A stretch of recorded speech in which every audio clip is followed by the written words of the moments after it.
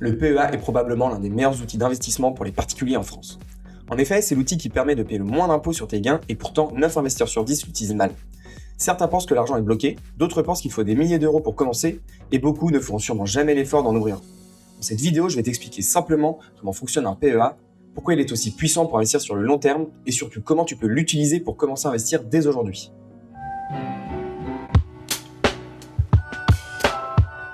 Salut, c'est Ronan d'Investis Mieux. Si tu suis mes vidéos, tu sais que mon objectif est d'investir 100 € par mois pour atteindre la liberté financière. Et pour ça, j'ai choisi d'utiliser un PEA chez Fortineo pour investir en ETF. Aujourd'hui, je vais t'expliquer pourquoi le PEA est probablement l'outil le plus puissant pour investir en France.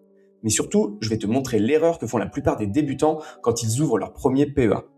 Et à la fin de tout ça, tu sauras exactement comment ouvrir le bon PEA en fonction de ton profil et tu pourras commencer à investir correctement.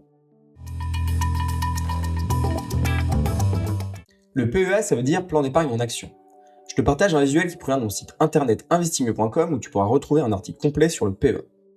Donc, concrètement, c'est une enveloppe fiscale qui te permet d'investir en bourse tout en bénéficiant d'avantages fiscaux. Mais attention, ce n'est pas un investissement, c'est juste le contenant. À l'intérieur, tu peux acheter différents actifs, comme par exemple des actions européennes ou des ETF éligibles au PEA.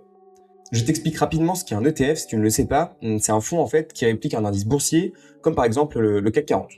Donc ça va nous permettre d'investir dans beaucoup d'entreprises en un seul coup. Moi, dans le challenge d'Investis Mieux, j'ai choisi d'investir dans des ETF car c'est simple et diversifié. Mais ce qu'il faut bien comprendre, c'est que le PEA n'est pas une stratégie, c'est juste un outil. La stratégie, c'est ce que tu mets dedans, à quelle fréquence et lequel tu choisis. Ce qui est essentiel, c'est de comprendre que le choix du PEA est très important. Et je te montrerai mes recommandations plus tard dans la vidéo. Tu dois aussi savoir qu'il y a un plafond de versement de 150 000 €. Donc concrètement, ça veut dire que sur le long terme, on ira diversifier dans d'autres outils de placement. Et pour son fonctionnement, tu verras qu'il se compose d'un compte sur lequel tu peux verser ton argent, puis d'un compte où tu investis cet argent en ETF ou en actions. Et attention, si tu retires cet argent avant les 5 ans, ça signifie la clôture du PEA.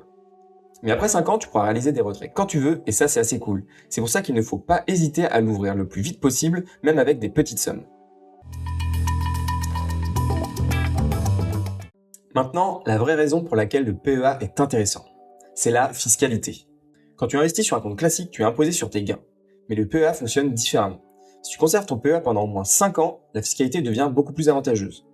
C'est ce qui fait tout l'intérêt du dispositif. Il faut absolument que tu retiennes ces 5 ans, c'est très important. Et c'est pour ça que le PEA est considéré comme l'un des meilleurs outils pour investir sur le long terme en France. Mais attention, ça ne veut pas dire que ton argent est bloqué. Ça, c'est assez important à comprendre. L'argent n'est absolument pas bloqué. Tu peux retirer ton argent quand tu veux, avant 5 ans.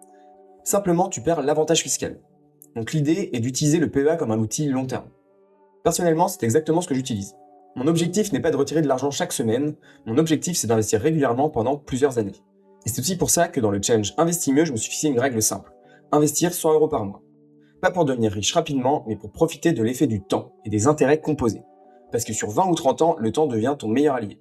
Et honnêtement, c'est souvent ce facteur qui fait toute la différence entre quelqu'un qui construit un patrimoine et quelqu'un qui abandonne trop tôt. Petite pause rapide dans la vidéo, si ton objectif est de mieux comprendre l'investissement et de construire ta liberté financière petit à petit, alors n'hésite pas à t'abonner, ça me ferait extrêmement plaisir. On construit ça ensemble et sur le long terme. Maintenant, la vraie question. Où ouvrir son PEA? Parce que toutes les banques ne se valent pas. Certaines banques traditionnelles facturent encore des frais de courtage élevés et des frais de garde ou des frais de tenue de compte. Et sur le long terme, ça peut vraiment réduire ta performance. C'est pour ça qu'aujourd'hui, beaucoup d'investisseurs se tournent vers les banques en ligne. Et tu dois savoir que si tu as déjà un PEA en banque traditionnelle, ce n'est pas trop tard car les gros acteurs du PEA proposent souvent des transferts gratuits. Et d'ailleurs, à titre personnel, pour le challenge Investis Mieux, j'ai fait un transfert de mon PEA vers Fortuneo. Pourquoi ? Parce que je trouve leur formule starter idéale. Elle permet d'avoir un ordre gratuit par mois si le montant est inférieur à 500 €. Donc pour mon objectif, c'est parfaitement adapté. Et c'est aussi pour ça que je recommande souvent de commencer par analyser les frais. Parce que sur un investissement long terme, les frais sont l'un des facteurs les plus importants. Maintenant, il existe aussi d'autres solutions. Par exemple, certains PEA sont totalement gérés et automatisés comme ceux d'Yomoni. Dans ce cas, tu délègues la gestion de ton portefeuille à un professionnel. C'est une approche différente qui est plus adaptée à certains profils. Personnellement, j'ai testé Yomoni et ils sont vraiment bons si tu ne souhaites pas te prendre la tête avec l'investissement. Tout est automatisable et des pros investissent pour toi. Personnellement, je suis passionné d'investissement, donc j'ai pas été vers ce produit, mais je te le recommande vivement. Car c'est selon moi la meilleure option si tu ne veux pas prendre le temps d'investir chaque mois et d'analyser un peu les marchés.